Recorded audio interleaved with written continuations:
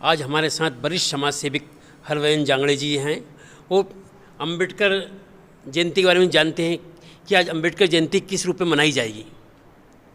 देखिए, सबसे पहले तो मैं आपको और आपके चैनल के माध्यम से जितने भी दर्शकगण देख रहे हैं उन सभी को भारत रत्न संविधान के निर्माता डॉक्टर बाबा साहब भीमराव अंबेडकर जी की जयंती की हार्दिक हार्दिक शुभकामनाएं, बधाई देना चाहूँगा।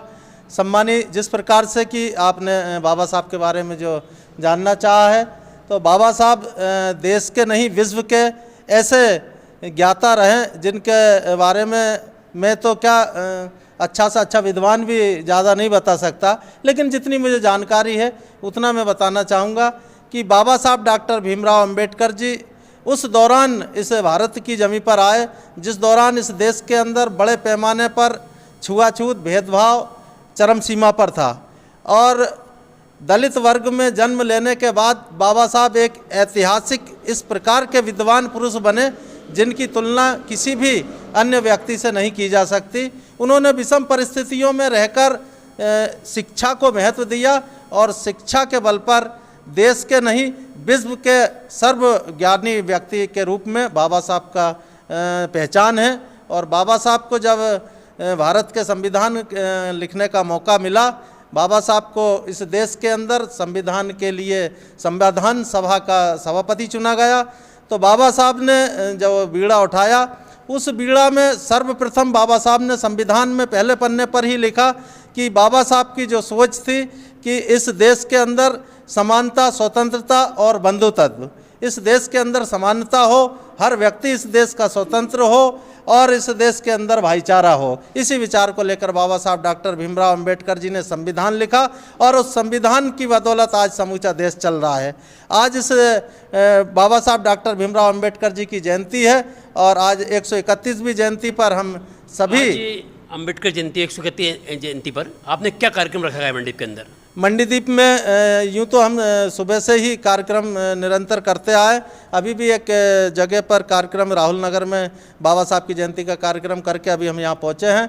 और अंबेडकर सोसाइटी के तत्वाधान में कई वर्षों से इस औद्योगिक नगरी मंडीदीप में बाबा साहब की जयंती के कार्यक्रम निरंतर होते आए हैं। हर वर्ष इस कार्यक्रम को हम प्रातःकाल से ही शुरू कर देते थे, लेकिन इस साल गर्मी अवश्य ज़्यादा होने के कारण से शाम के टाइम हमने बड़ा आयोजन रखा है। शाम को 5 बजे रविदास मंदिर से जुलूस निकाला जाएगा। गांधी चौक शनिवार बाज़ार होकर मंगल बाज़ार पहुंचेगा और मंगल बाज़ार से फिर 7 बजे अंबेडकर भवन पर इसी स्थान पर उस जुलूस का समापन होगा। बाबा साहब के डॉक्टर भीमराव अंबेडकर जी के छायाचित्र के समक्ष उनका जन्मदिन का केक काटा जाएगा और जो भी अतिथि रहेंगे उन सभी अतिथियों के द्वारा बाबा साहब ने जो भी इस देश को संदेश दिया है उनके संदेशों का वाचन किया जाएगा। इसके बाद 8 बजे बाबा साहब के विचारों पर कवि सम्मेलन का आयोजन रहेगा। आप वरिष्ठ पत्रकार के साथ साथ काफ़ी प्रतिष्ठित समाज सेवक भी हैं, आपको अड़चनें आती होगी इस कार्य में? देखिए, बाबा साहब के नाम पर तो अड़चनें ऐसे नहीं आती, लेकिन जैसे आपने पत्रकारिता की बात कही तो बाबा साहब अंबेडकर के जो विचार थे वो सर्वव्यापी विचार थे, सभी के हितों के विचार थे और उन्हीं विचारों को हम अपने मीडिया के माध्यम से भी, आज मैं इस जमी पर खड़ा हूं, तन पर कपड़े हैं और पत्रकारिता के क्षेत्र में मेरे नाम के आगे आपने वरिष्ठ लगाया है, तो इसका संपूर्ण श्रेय मैं अपने जन्मदाता, अपने माता पिता के बाद बाबा साहब डॉक्टर भीमराव अंबेडकर जी को देता हूँ। आप अंबेडकर जयंती क्या संदेश देना चाहते हैं पब्लिक को? जिस प्रकार से विषम परिस्थितियों में आज तो हमारे साथ में और हमारे जो इस वर्ग के व्यक्ति हैं उन व्यक्तियों के साथ में बहुत सारी सुविधाएं हैं, लेकिन जिस समय बाबा साहब संघर्ष कर रहे थे, बाबा साहब एजुकेशन की क्षेत्र में थे, उस समय उनके पास ना तो कोई सुविधा थी, ना किसी प्रकार के अधिकार थे। पढ़ाई लिखाई के साथ साथ उन्होंने बहुत विषम परिस्थितियों का मुकाबला करते हुए इतने बड़े रूप में इतनी बड़ी एजुकेशन हासिल की। तो आज तो हम स्वतंत्र हैं, हमारे पास में सरकार की बहुत सारी सुविधाएं भी है। तो हमें सबसे पहला यदि कोई हमें अपने आप को उच्च शिखर पर पहुंचाना है तो बाबा साहब के दिए हुए संदेश को शिक्षित हो, संगठित हो और फिर अपने अधिकारों के लिए संघर्ष करो। बाबा साहब ने एक और चीज़ कही है कि जुल्म करने वाले से बड़ा जुल्म सहने वाला होता है, गुनहगार होता है। तो यदि कहीं भी कोई अत्याचार होता है, कोई अन्याय होता है, तो उसके खिलाफ आवाज़ उठाना बाबा साहब का संदेश है और उसे हम फॉलो करते हुए हम निरंतर उठाते रहते हैं। अभी मीडिया के क्षेत्र में मैं काम कर रहा हूं, हमारे साथी मीडिया कर्मियों के साथ मध्य प्रदेश की धरती पर अनेकों जगह पर बड़े प्रकार से अत्याचार हुए।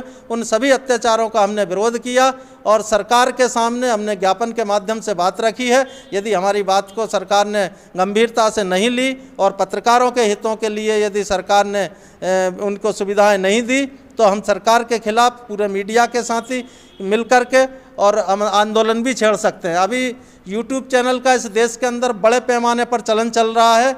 आज आपने देखा है सोशल मीडिया सबसे ज़्यादा तेज़ी से काम कर रहा है और उस सोशल मीडिया में ख़ास तौर पर यूट्यूब चैनल है। आज इस देश के अंदर लाखों की तादाद में यूट्यूब चैनल बने हुए हैं।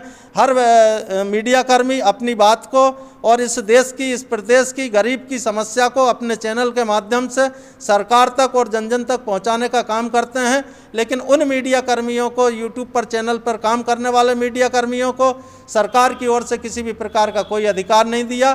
तो उनके अधिकारों के लिए, उनके हक के लिए, उनकी मान्यता के लिए हमने web portal channel welfare association के नाम से एक संपूर्ण भारत के लेवल पे एक संगठन बनाया है, जिसके 8-10 राज्यों में इकाइयां हैं और सभी जगह से हम यूट्यूब चैनल के लोगों, साथियों को हमारे संगठन के साथ जोड़ करके और सरकार से हम बात कर रहे हैं कि इनके लिए भी जिस प्रकार से इलेक्ट्रॉनिक चैनल को, सैटेलाइट चैनल को और प्रिंट मीडिया को जिस प्रकार से सरकार की गाइडलाइन है सूचना प्रसारण मंत्रालय के अनुसार जो रजिस्ट्रेशन होता है, उसी प्रकार से यूट्यूब चैनल वालों के लिए भी रजिस्ट्रेशन की गाइडलाइन तैयार हो, ताकि इसका एक दुरुपयोग भी कई लोग उठा रहे हैं। असामाजिक तत्व के लोग कोई भी चैनल बना लेते हैं और किसी भी तरह की अनर्गल खबरें चलाते हैं, जिससे हमारे जो लोकतंत्र का चौथा स्तंभ कहलाने वाला मीडिया है उसकी साख गिर रही है। उस गिरती हुई साख को भी हमें बचाना है इस संगठन का, और हमारा यही दायित्व है कि हम इसे पूरा करें। और ये सारा का सारा बाबा साहब डॉक्टर अंबेडकर जी के द्वारा दिए हुए ज्ञान,